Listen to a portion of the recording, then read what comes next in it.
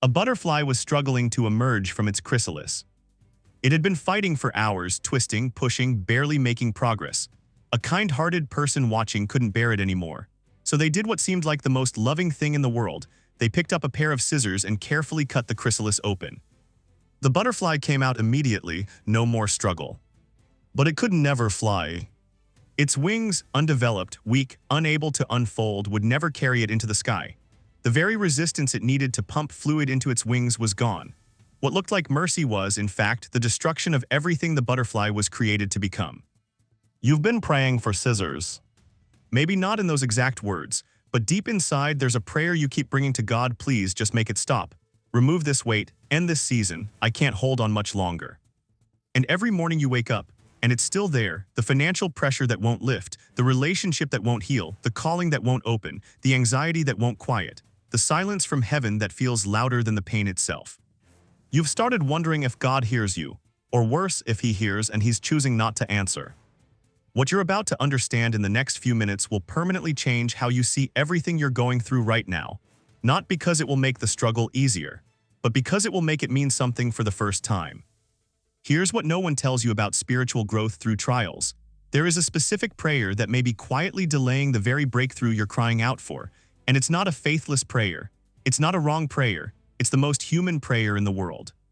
But praying for God to remove your struggle, without understanding what the struggle is building, is like asking someone to cut open the chrysalis before the wings are ready to carry you. And the God who designed the butterfly will not cut it open before the work is finished. Scientists who have studied metamorphosis discovered something that should stop every Christian in their tracks.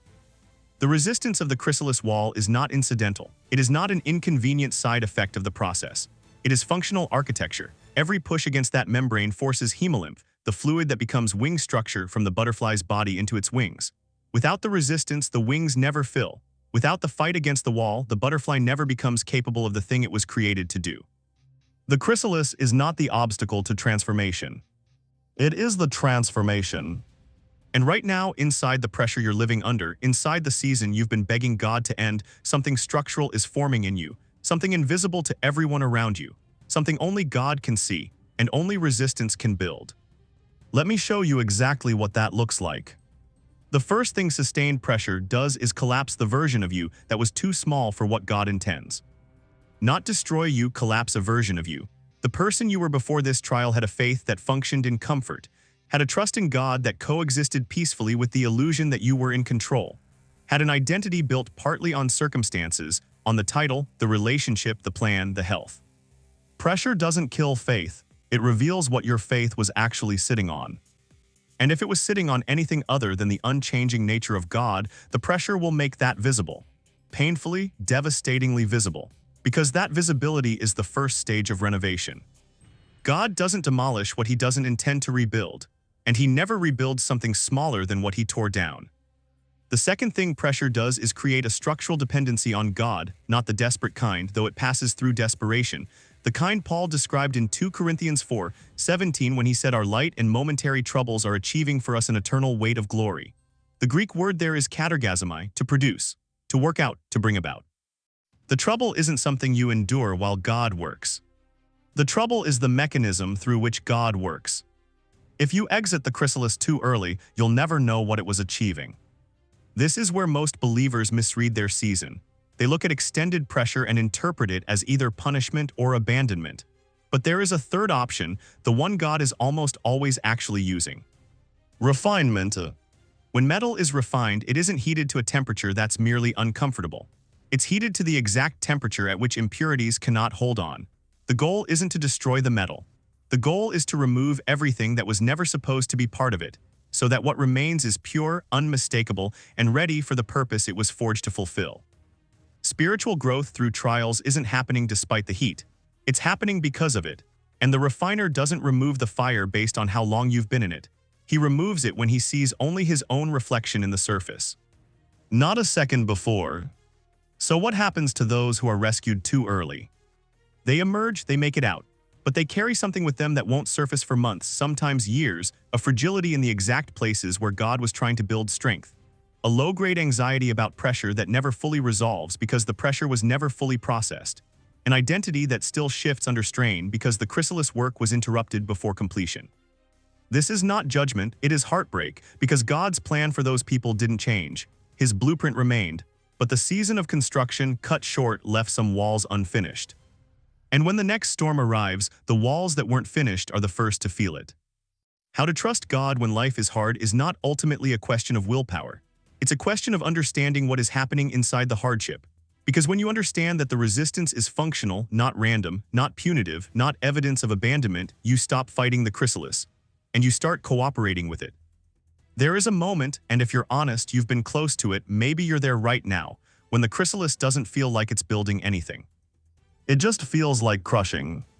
No visible progress, no sign of wings forming, just the weight of walls pressing in from every side and a prayer that hasn't received an answer you can see and a faith surviving by sheer inches. In that moment, here is what is true, even when it doesn't feel true.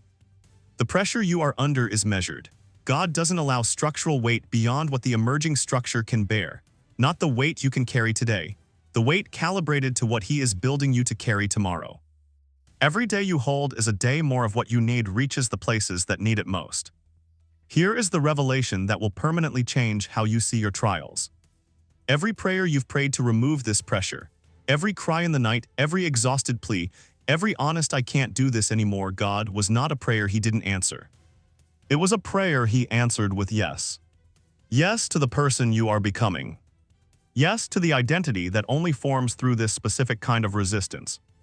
Yes to a capacity that could never develop in the absence of this exact chrysalis. He didn't ignore your pain, He held it. And while He held it, He refused to cut the chrysalis open, not because He doesn't love you, but because He loves you too much to release you into the sky before your wings can carry you. Finding purpose in pain isn't about convincing yourself the pain doesn't hurt. It's about recognizing that the one engineering your emergence already knows exactly how much resistance is required.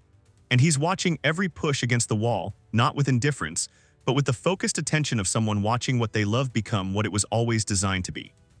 When the butterfly finally exits the chrysalis on its own, through its own effort, something remarkable happens.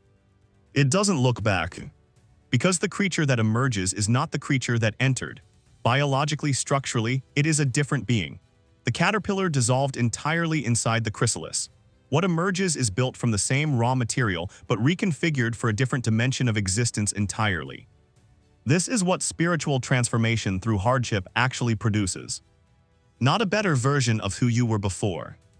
A fundamentally different identity, one that was always latent inside you, but could only emerge through this specific kind of pressure.